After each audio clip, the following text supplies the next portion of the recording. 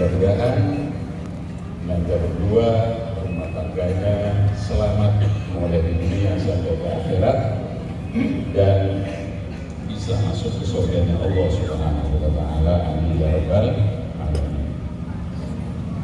Kemudian selanjutnya sebelum saya menyampaikan hikmah pernikahan, ini kurang lebih setengah jam. Mari kita bersyukur kehadiran Allah di takdir hidup di dunia yang sangat heterogen, yang sangat bineka.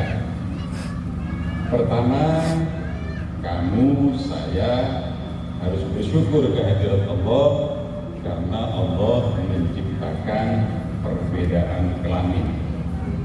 Ada laki-laki, ada perempuan, bahkan ada benci, tapi nadir jarang. Perbedaan kelamin itu dalam surah Al-Hujurat. Allah berfirman dalam Al-Quran pada surah Al-Hujurat, Inna khalaqnakum min dzakarin wa unsa. Itu perbedaan kelamin. Lalu perbedaan bangsa dan suku bangsa, wa ja'alnakum syu'uban wa qabaila. Masalah jihad ini kita bisa beda gitu. Cuma pengalaman masyarakat itu lebih sayang. Yang kedua, perbedaan agama. Perbedaan agama itu ada pada surah At-Taghabun. Allah berfirman, Huwallazi khalaqakum faminkum kafir wa minkum mu'min. Ini perbedaan agama. Dalam surah At-Taghabun. Di surah Yunus juga ada. Dialah Allah Zat yang telah menciptakan kamu, faminkum kafir wa minkum mu'min. Sebagian dari kamu ada yang kafir, sebagian ada yang mu'min. Itu perbedaan agama. Lalu perbedaan bahasa dan warna kulit, tadi sudah dibaca dalam surah Ar-Rum. Wa min ayatihi khalqus samawati wal ard wa ikhtilafu alsinatikum wa alwanikum. Sebagian dari tanda kebesaran Allah terciptanya 7 ketara langit dan bumi dan perbedaan bahasa dan warna kulit. Jadi perbedaan-perbedaan itu, heterogenitas itu adalah merupakan sunnatullah, hukum alam, nature of law. Itu harus disyukuri. Nah, sekarang memasuki hikmah pernikahan. Saya tanya kepada Nanda Kiai Fathur Rizki, kamu, saya diperintah oleh Allah, diperintah oleh Rasulullah untuk menikah, itu tujuannya apa? Ya, tujuannya soro agabai anak. Betul. Kamu, saya, semua ini diperintah oleh Allah untuk menikah, diperintah oleh Rasulullah untuk menikah. Tujuannya soro agabai anak. Ini diingat. Makanya kata Nabi, tanakahu tanasalu takasaru. Menikahlah kamu, membuat keturunan. Kalau membuat keturunan yang banyak, kira-kira programnya akan membuat anak berapa? 10? 15? Alhamdulillah. Dengan Nanda Hilyatul Labiban, ini beliau akan membuat anak 15. Bukan. Jadi tujuan pernikahan itu membuat anak. Karena tujuan pernikahan itu diperintah oleh Rasulullah membuat anak, makanya mempelai laki-laki yang manoen mate itu hukumnya haram menikah. Saya waktu mau akad yang mengakadkan nikah saya itu Kiai Haji Solihuddin. Ya, Anda ditanya sama dia, Cong, mana mbak Odi? Jadi kan nggak sama dia. Odi ya, oh ya ayo akad.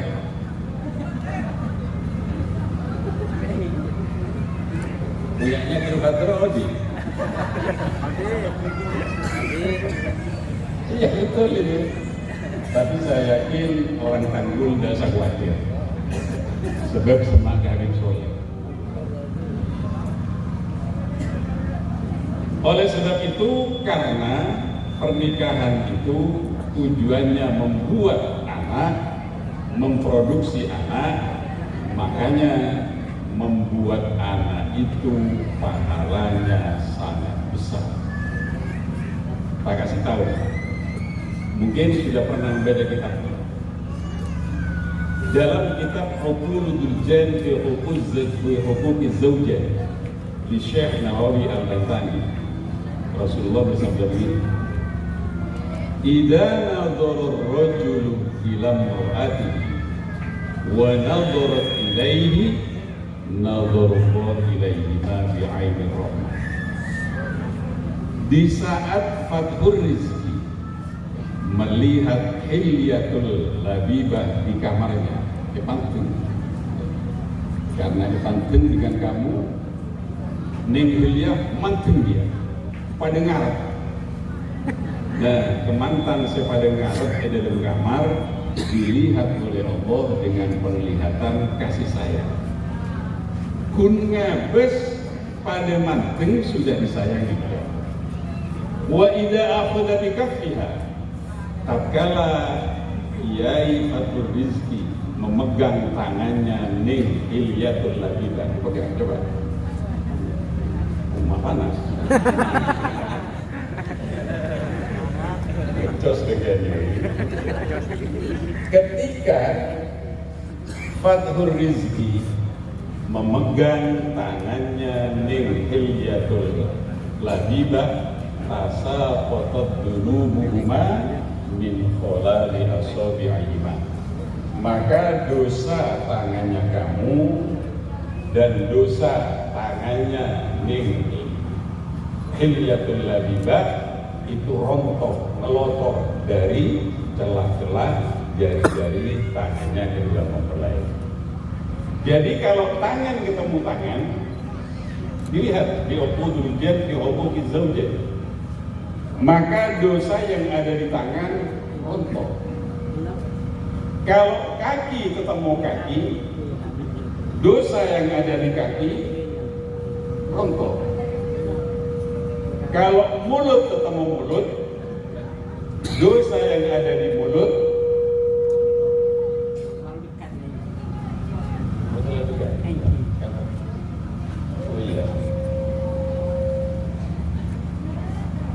jadi kalau tangan ketemu tangan, dosa yang ada di tangan rontok. Volumenya dikurangi. Kalau kaki ketemu kaki, dosa yang ada di kaki rontok. Kalau mulut ketemu mulut, dosa yang ada di mulut rontok. Montro rontok akabi gusar. Sudah digusar. Masa 1 tahun lagi gusar? Itu pahalanya membuat anak. Subhanallah. Makanya dengan Anda melaksanakan pernikahan itu ada 3 yang luar biasa yang akan diberikan oleh Allah kepada Anda berdua. Yang pertama yang akan diberikan adalah extraordinary mice. Kamu, Nanda, akan diberi kenikmatan yang luar biasa. Apa itu? Anti-ending hilya. Kan sudah dicoba? Sudah. Itu kenikmatan yang luar biasa. Jadi kenikmatan surga yang diturunkan oleh Allah ke dunia, ya anti-ending hilya. Dan itu lebih enak daripada sate kulit. Kita bunda, mon, panjenengannya tukang masak sate guling. Yang paling terkenal sa Indonesia. Setelah ready, bisa mengeter toko, mengeter tangan, sampai ke kocon obu tak bisa. Tapi mon jadi kayak ngeter kaki. Jadi luar biasa. Jadi kenikmatan surga yang diturunkan ke dunia, yang punyanya oleh perempuan itu. Kalau benda surga yang diturunkan ke dunia itu banyak. Pertama, air zam-zam. Ini hadisnya sahih. Di Al-Jami'us Shaghir, di At-Taj, di Riyadhus Shalihin banyak hadis ini. Yang kedua, Hajar Aswad. Itu benda surga. Yang ketiga, pondasinya Ka'bah yang tertanam di tanah. Itu adalah benda surga. Jadi banyak benda surga ini. Nah, oleh sebab itu jangan disia-siakan kenikmatan yang luar biasa. Karena Anda masih ibu akadin, kalau bisa sehari semalam itu diupayakan 5 kali. Saya bukan ngarang, kenikmatan luar biasa. Yang kedua, dengan melaksanakan pernikahan, Nanda akan diberi extraordinary merit, pahala yang luar biasa. Bahkan pahalanya orang menikah itu mengungguli pahalanya ibadah-ibadah yang lain dan bisa melipat gandakan pahalanya ibadah-ibadah yang lain. Makanya kata Nabi, rakaatani minal muta'ahhir khairum min sab'ina rakaatan minal azab. Salat 2 rakaat yang dilakukan oleh orang yang sudah berkeluarga itu lebih baik daripada 70 rakaat yang dilakukan oleh orang yang masih bujang. Sama-sama membaca Al-Quran, yang masih bujang dengan yang sudah menikah beda.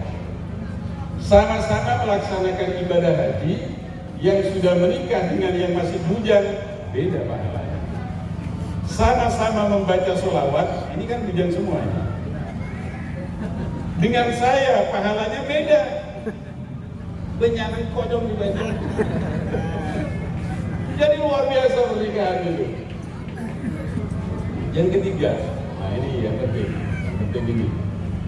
Dengan Anda menikah akan diberi extraordinary responsibility.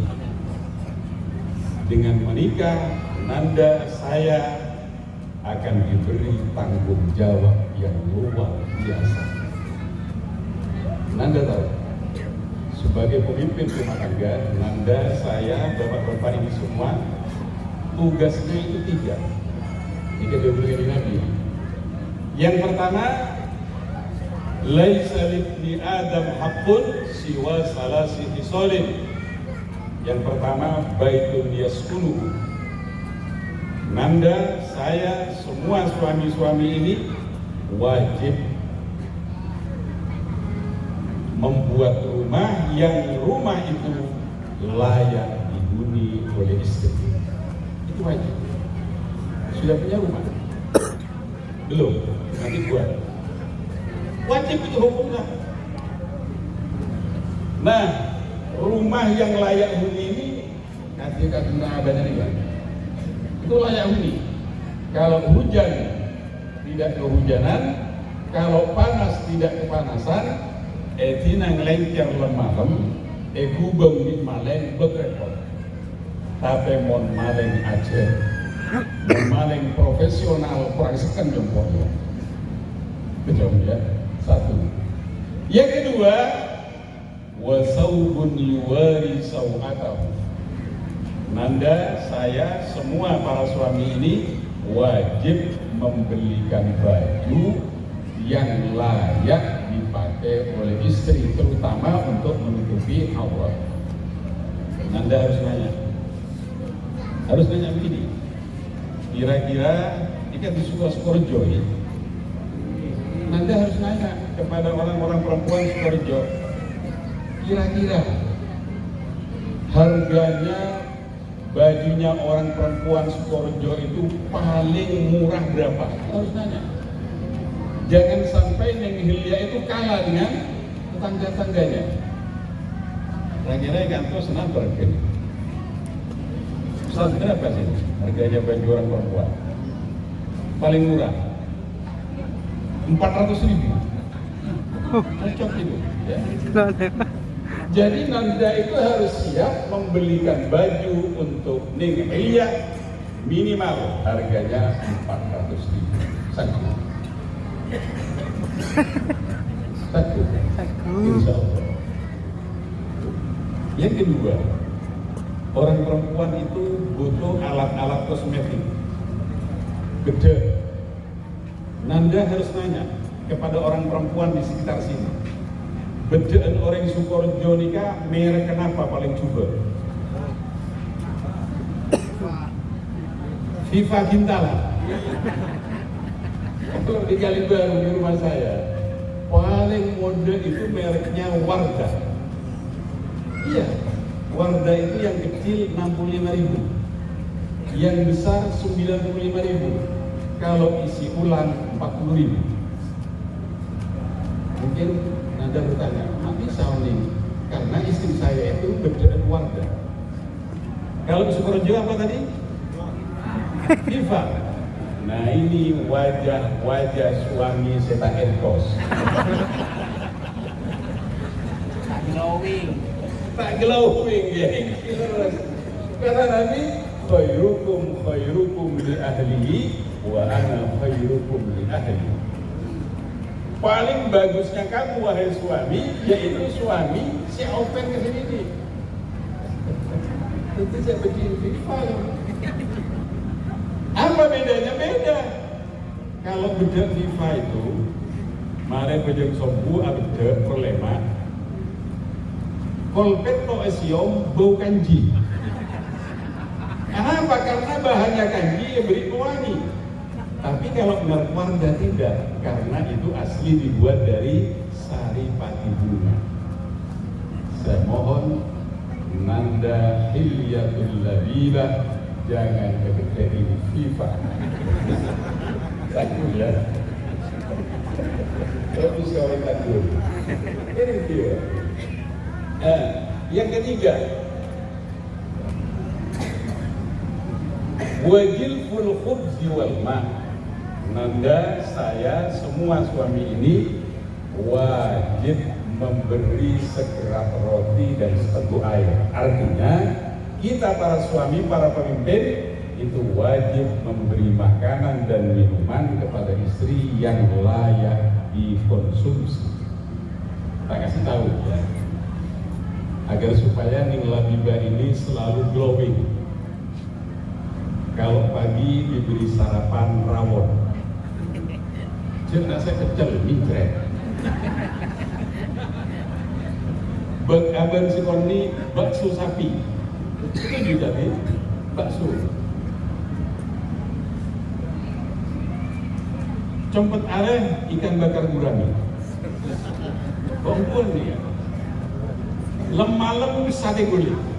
Saya yakin kulitnya Neng Labibah aminnya glowing, tapi kulitnya Nanda keren. Itu yang bisa saya katakan. Tapi seminggu sekali harus servis Nanda ya. Iya itu kewajiban. Tapi dari 3 kebutuhan primer, kebutuhan pokok itu yang tidak bisa ditunda, yang nomor 3 Nanda, makan dan minum. Kalau Nanda hari ini tidak bisa membuatkan rumah untuk Neng, Nanda ngomong, "Leh, semua engkau tahun setia tak bisa kebaikan ibu dan selayak ini." Dia melek, mohon tunda 5 tahun lagi. Pasti Neng Labibah mengucap, "Iya mas, tak apa-apa. Ini kalau rumah." Baju seperti itu. Leh, kok bulan sedia tak bisa ya melihat badan kelambu bagus dia remon tunda di bulan lagi marina panina. Boh, andi panina berdekat, jadi batuan lah. Oke, biar tidak terjadi walimah ini. Itu kalau baju, tapi kalau makan tidak bisa.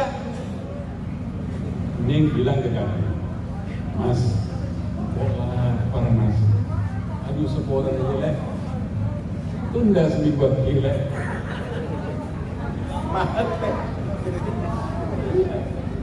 Dalam Al-Quran Allah berfirman begini, wa ma ja'alnahum jasadan la ya'kuluna at-ta'am wa ma kanu khalidin. Itu dalam surah Al-Ahzab kalau ada surah Al-Anbiya.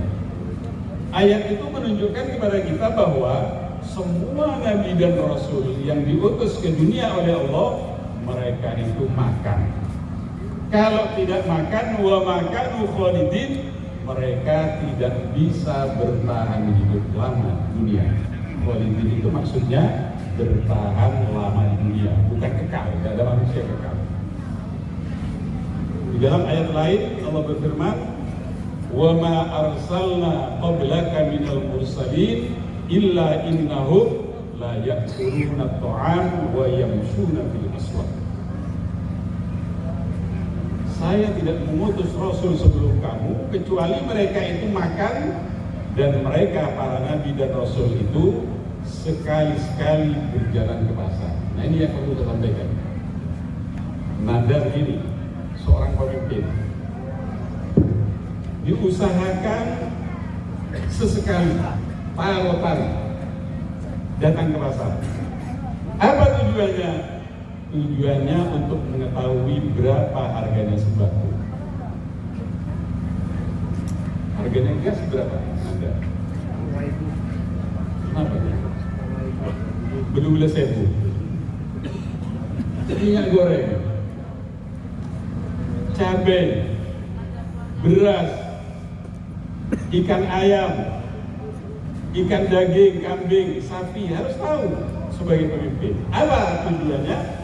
Agar supaya di saat kita memberi belanja kepada istri itu bisa mengukur. Mon akri belanja seket ebu ke sebini, minta sate guling dengan kuning. Itu perlunya sidak. Jadi inspeksi mendadak belusukan seorang pemimpin itu penting untuk mengetahui apakah bahan pokok itu tersedia dan apakah rakyat itu mampu membeli bahan pokok itu. Jadi harapan saya kepada Anda, sesekali abelin kekerasan.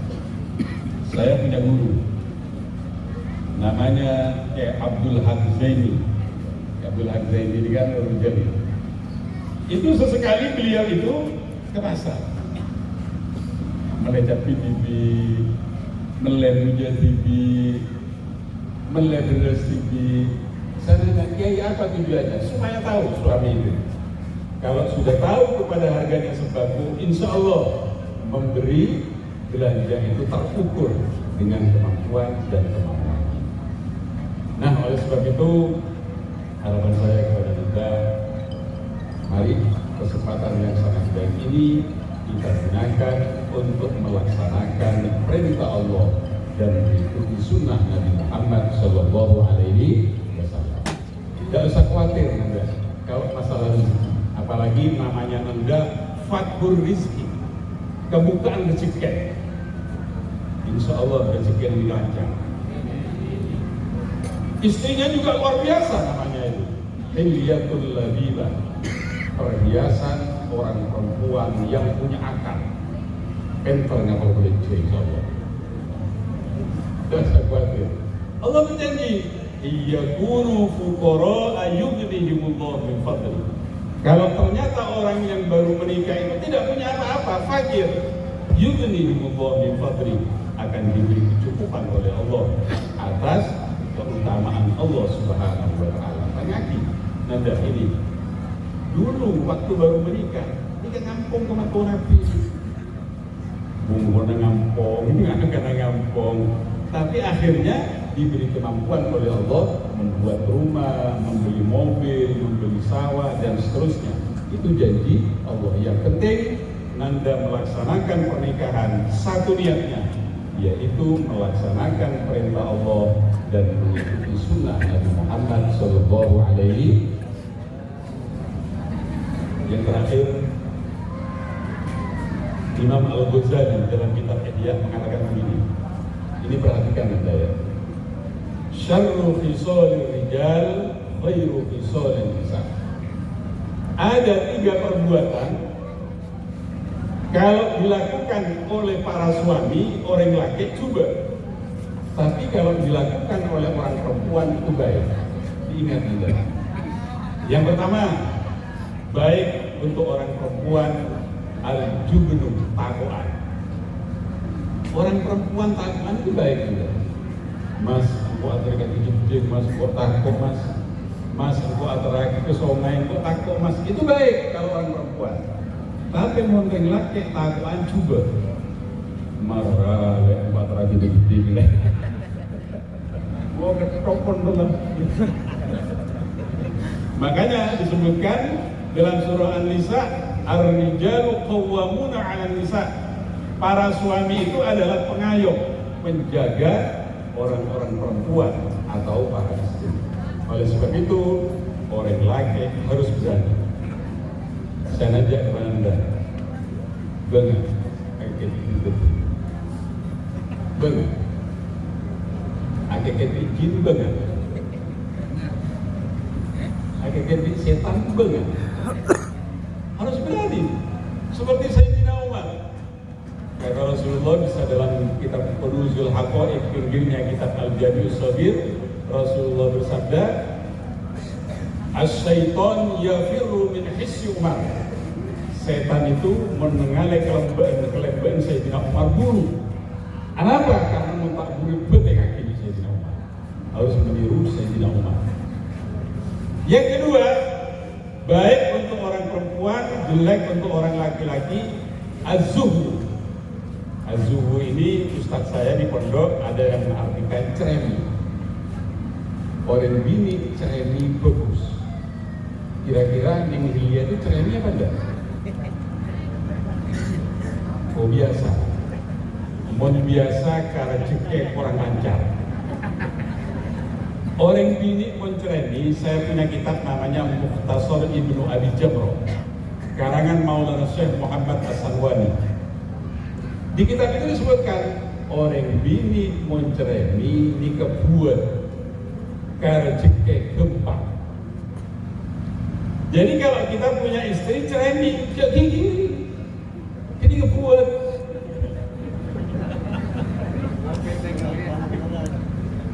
Udah ceramah lagi Sidoarjo. Yai, saya punya istri ceremi Yai. Kayaknya mah rezeki seret. Nah itu namanya ujian. Ujian juga. Berarti jeda-jeda dia dari Allah Subhanahu wa Ta'ala. Jadi ya dia. Jadi orang perempuan ceremi itu baik. Saya tuh punya teman ini keombuan Pak, Nenggali Baru. Rezekinya lancar, dia lancaran.